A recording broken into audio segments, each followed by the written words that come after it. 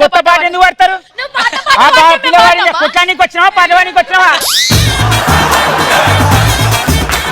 అరే నువ్వు రారా పాడుదు కానీ రండిరా.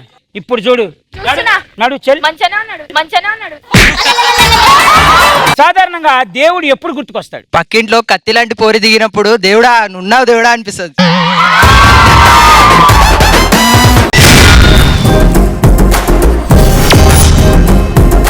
మీరు సంపూర్ణేష్ బాబుతో డేటింగ్ లో ఉన్నారంట, నిజమేనా? ఏం మాట్లాడు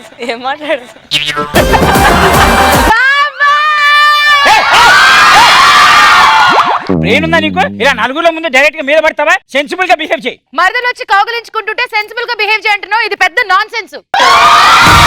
నా షో నా ఇష్టం ప్రతి బుధవారం రాత్రి 8 గంటలకు